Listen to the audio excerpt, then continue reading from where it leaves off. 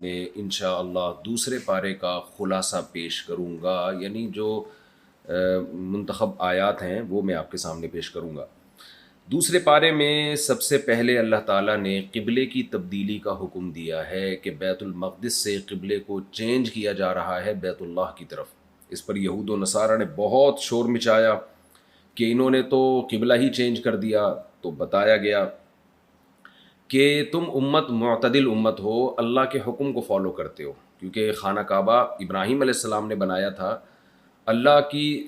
اللہ کے علم میں اصل قبلہ جو پہلا قبلہ تھا وہ وہی تھا، تو مسلمانوں کو حکم دیا گیا اور بتایا گیا اینما تکونوا اینما تولوا حیث ما کنتم فولوا وجوہکم شطرہ، تم دنیا میں جہاں بھی جاؤ گے تو اپنے رخ کو بیت اللہ ہی کی طرف پھیرو گے نماز کے وقت میں۔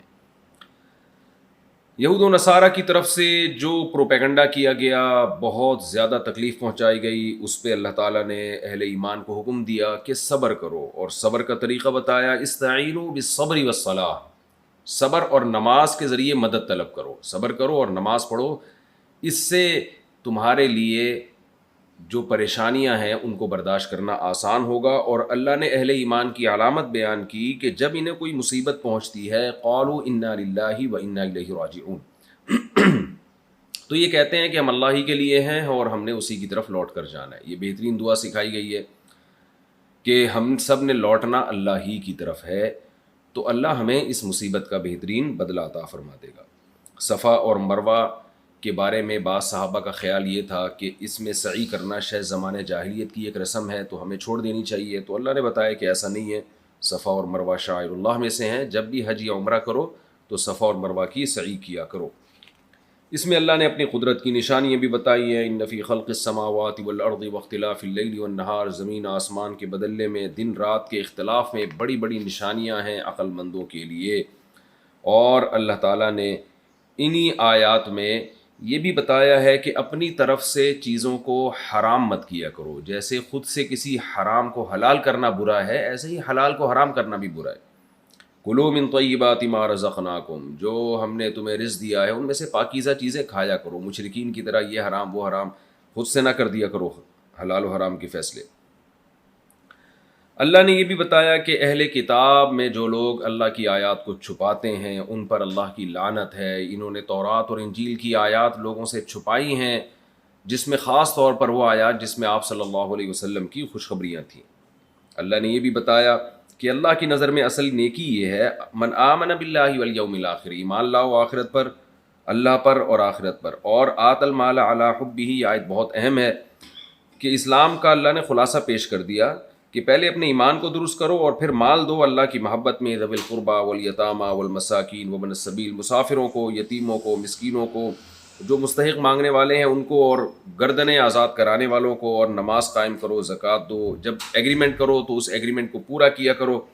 اور تنگی اور مصیبت اور میدان جہاد میں صبر سے کام لیا کرو۔ اللہ فرماتے ہیں اولئک الذین صدقوا، یہ لوگ جن کے اندر یہ کوالٹیز ہیں یہی ایمان کے دعوے میں سچے ہیں۔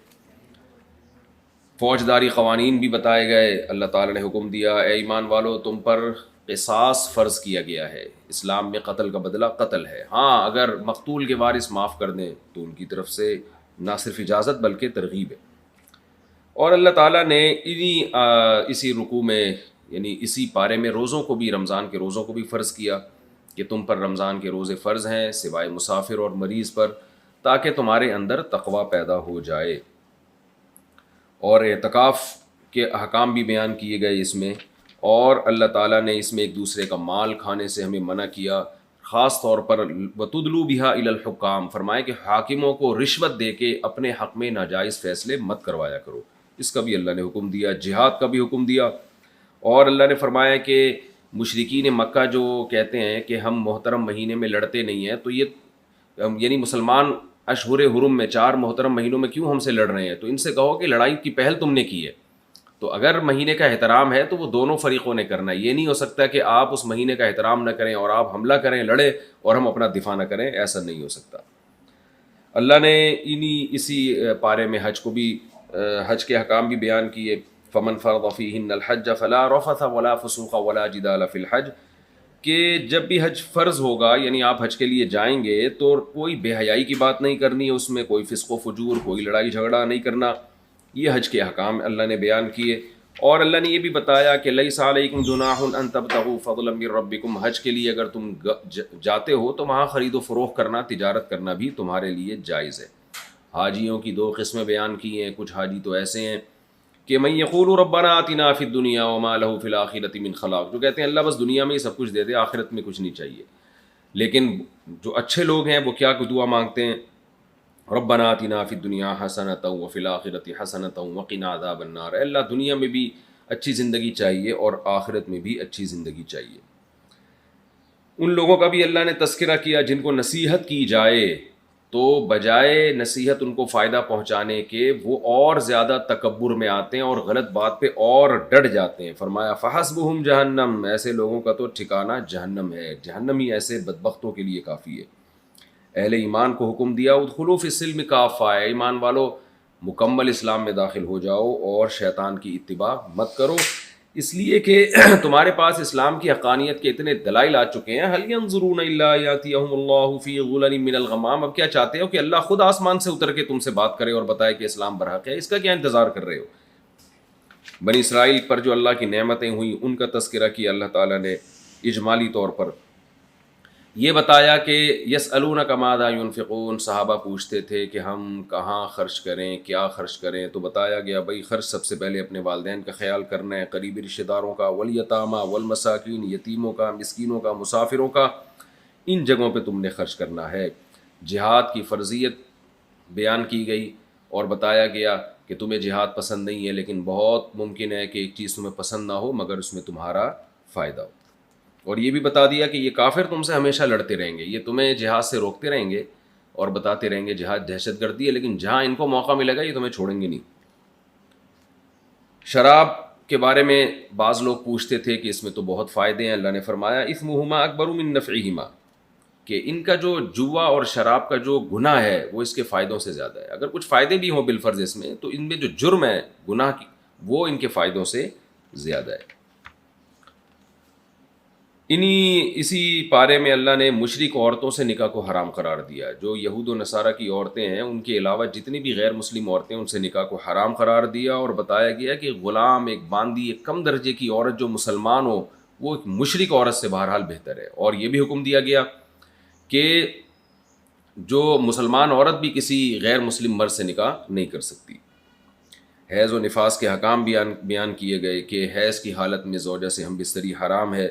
اور یہ بھی بتایا گیا کہ جب زوجہ کے پاس آؤ تو اولاد تلاش کیا کرو، وقدموا لانفسکم، اولاد کی نیت سے آیا کرو. یہ جو نسل روکنا ہے اس کی بھی حوصلہ شکنی کی گئی. اور اللہ نے فرمایا کہ للذین یؤلون من نسائہم تربص 4 اشہر، زمانہ جاہلیت میں ایسا ہوتا تھا کہ مرد قسم اٹھا لیتا تھا کہ میں 4 مہینے تک بیوی کے قریب نہیں جاؤں گا یا زندگی بھر نہیں جاؤں گا، تو لٹکا کے چھوڑ دیتا تھا. تو اللہ نے اس کا حکم دیا کہ اگر کوئی شخص 4 مہینے تک زوجہ کے قریب نہ جانے کی قسم اٹھا لیتا ہے یا زندگی بھر نہ جانے کی قسم اٹھا لیتا ہے تو 4 مہینے کے بعد عورت نکاح سے آزاد ہو جائے گی تاکہ وہ کہیں اور نکاح کر سکے. اس عمل کو ایلا کہا جاتا ہے. تو زمانہ جاہلیت میں عورت پہ ایک ظلم ہوتا تھا، اس ظلم سے وہ ظلم عورت سے ختم کیا گیا. طلاق کے حکام بیان کیے گئے. طلاق مرتان فامساک بمعروف او تسریح باحسان، کہ 1 یا 2 طلاقوں کے بعد مرد کو حق ہے کہ وہ رجوع کر سکتا ہے، لیکن وہ رجوع اس صورت میں کرے کہ اچھے طریقے سے بیوی کو رکھنا مقصد ہو، ظلم کرنا مقصد نہ ہو. اور پھر خلا کے حکام بھی بیان کیے گئے کہ طلاق کے بعد تو تم عورت سے پیسہ نہیں لے سکتے، مگر عورت کی طرف سے اگر طلاق کا مطالبہ ہے تو مہر کی واپسی کا مطالبہ تم اس سے کر سکتے ہو. اور پھر حکم دیا گیا فإن طلقها، اگر مرد تیسری طلاق دے دے تو عورت پہلے شوہر سے نکاح نہیں کر سکتی جب تک کہ وہ کسی دوسرے مرد سے نکاح نہ کرے. اور حدیث میں آتا ہے کہ وہ ہم بستری بھی نہ کر لے. پھر وہ اپنی مرضی سے چھوڑ دے یا ان کے درمیان علیحدگی ہو جائے یا اس کی موت واقع ہو جائے تو اللہ نے فرمایا فلا جناح علیہما ان یتراجعا، پھر عورت کے لیے کوئی اس میں حرج نہیں ہے کہ وہ اپنے پہلے شوہر سے دوبارہ نکاح کر لے، بشرطے کہ پھر آئندہ حدود اللہ پر قائم رہے. زمانہ جاہلیت میں ایسا ہوتا تھا کہ طلاق کے بعد عورت کو شادی نہیں کرنے دیتے تھے، اس کا مال ہتھیا لیتے تھے. وَإِذَا طَلَّقْتُمُ النِّسَاءَ فَبَلَغْنَ أَجَلَهُنَّ فَأَمْسِكُوهُنَّ بِمَعْرُوفٍ أَوْ سَرِّحُوهُنَّ بِمَعْرُوفٍ. حکم دیا گیا کہ طلاق کے بعد رکھو یا چھوڑو، یعنی 2 طلاقوں کے بعد، اور اس نیت سے اس کو رجوع مت کرو طلاق سے کہ اس کو تم نے نقصان پہنچانا ہے، یہ منع کر دیا گیا۔ اور ایک زمانہ جاہلیت میں رسم یہ بھی تھی کہ طلاق کے بعد عورت کو کہیں اور شادی نہیں کرنے دیتے تھے۔ بعض دفعہ 1 یا 2 طلاقیں ہوتی اور وہ اپنے پہلے شوہر کے پاس جانا چاہتی تو لڑکی کے جو متولی ہیں رشتہ دار وہ غیرت کا مسئلہ بنا کے اپنی بہن یا بیٹی کو پہلے شوہر کے پاس جانے نہیں دیتے، تو اس کا بھی اللہ نے اس سے بھی منع کیا۔ لا تعضلوہن ان ینکحن ازواجہن، عورت کو طلاق ہو جائے، بیوہ ہو جائے، کہیں بھی وہ نکاح کرنا چاہے، لا تعضلوہن، ان کو تم اس سے روک نہیں سکتے۔ ماؤں کی مدت بیان کی گئی کہ مائیں اپنے بچوں کو 2 سال تک دودھ پلا سکتی ہیں، اور لا تضار والدۃ بولدہا ولا مولود لہ بولدہ، حکم دیا گیا کہ بچے کو نہ ماں کی وجہ سے نقصان، ماں کو نہ بچے کی وجہ سے نقصان پہنچایا جائے اور نہ بچے کی وجہ سے باپ کو۔ آج طلاق کے بعد میاں بیوی میں علیحدگی ہوتی ہے، بچے ایک دوسرے سے چھین لیتے ہیں، دونوں میں سے کسی ایک کو یقینی نقصان ہوتا ہے۔ اس کی بھی اس آیت میں نفی ہو رہی ہے کہ بچہ دونوں کا ہے تو دونوں میں سے کسی کو بھی نقصان نہیں پہنچایا جائے گا بچے کی وجہ سے، نہ یعنی باپ پر اتنا خرچہ ڈالا جائے گا کہ اس کی استطاعت سے زیادہ ہو، اور نہ ماں کی گود سے بچہ چھینا جائے گا۔ یہ جو فقہ کی کتابوں میں تفصیلی احکام ہیں اس کے۔ موت کی عدت بیان کی گئی کہ کسی شخص کی موت واقع ہو جاتی ہے تو عورت پر لازم ہے کہ وہ 4 مہینے 10 دن عدت گزارے، اور پھر حکم کو مقرر کیا گیا کہ عدت کے بعد وہ جہاں چاہے نکاح کر سکتی ہے، آپ اس کو نکاح سے نہیں روک سکتے۔ یہ بھی بتایا گیا کہ اگر رخصتی سے پہلے طلاق ہو جائے تو اللہ نے بتایا کہ اگر مہر طے ہو چکا تھا تو فنصف ما فرضتم، تو آدھا مہر تمہیں اپنی زوجہ کو دینا پڑے گا، اور اگر مہر متعین نہیں ہوا تھا تو پھر جوڑا دینا پڑے گا، متعوہن، کچھ سامان دے کر اس کو اپنے نکاح سے آزاد کرنا پڑے گا۔ آخر میں اللہ تعالیٰ نے جہاد کے احکام بیان کیے، طالوت کا واقعہ بیان کیا کہ بنی اسرائیل میں کس طرح اللہ نے ایک پیغمبر کو حکم دیا کہ بنی اسرائیل کو جہاد کا حکم دیں، پھر طالوت کو ان کا کمانڈر بنایا، اور بنی اسرائیل کیسے لیت و لعل سے کام لینے لگے، اور طالوت کے ذریعے پھر اللہ تعالیٰ نے کیسے ان کو غلبہ عطا فرمایا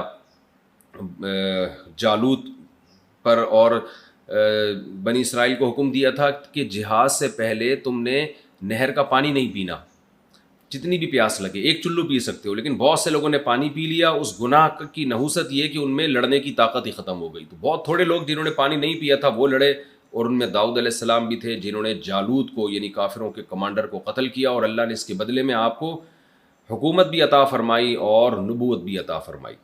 اور اللہ تعالیٰ نے پھر بنی اسرائیل کو اس قوم پر جو بڑی سخت قوم تھی، بڑی سخت جان قوم تھی، ان میں سے کمزور ترین لوگوں کو اللہ تعالیٰ نے اس طاقتور ترین قوم پر اللہ نے غالب کیا، اور بتایا کم من فئۃ قلیلۃ غلبت فئۃ کثیرۃ باذن اللہ، کتنی بار ایسا ہوا کہ کمزور ترین لوگوں کو اللہ نے طاقتور پر غالب کیا ہے، اور اللہ نے خصوصیت کے ساتھ ان کمزور لوگوں کو جو طاقتوروں سے لڑ رہے تھے ان کی دعا کا بھی تذکرہ کیا کہ وہ میدان جنگ میں یہ دعا مانگتے تھے، ربنا افرغ علینا صبرا وثبت اقدامنا وانصرنا علی القوم الکافرین، اے اللہ ہم پر صبر کو انڈیل دے اور ہمارے قدموں کو جما دے اور ہمیں ان کافروں کے خلاف ہماری مدد کر۔ یہ اس پارے کا خلاصہ تھا۔ انشاءاللہ اگلے ایپیسوڈ میں اگلے پارے کا خلاصہ پیش کروں گا آپ کے سامنے۔ اللہ تعالیٰ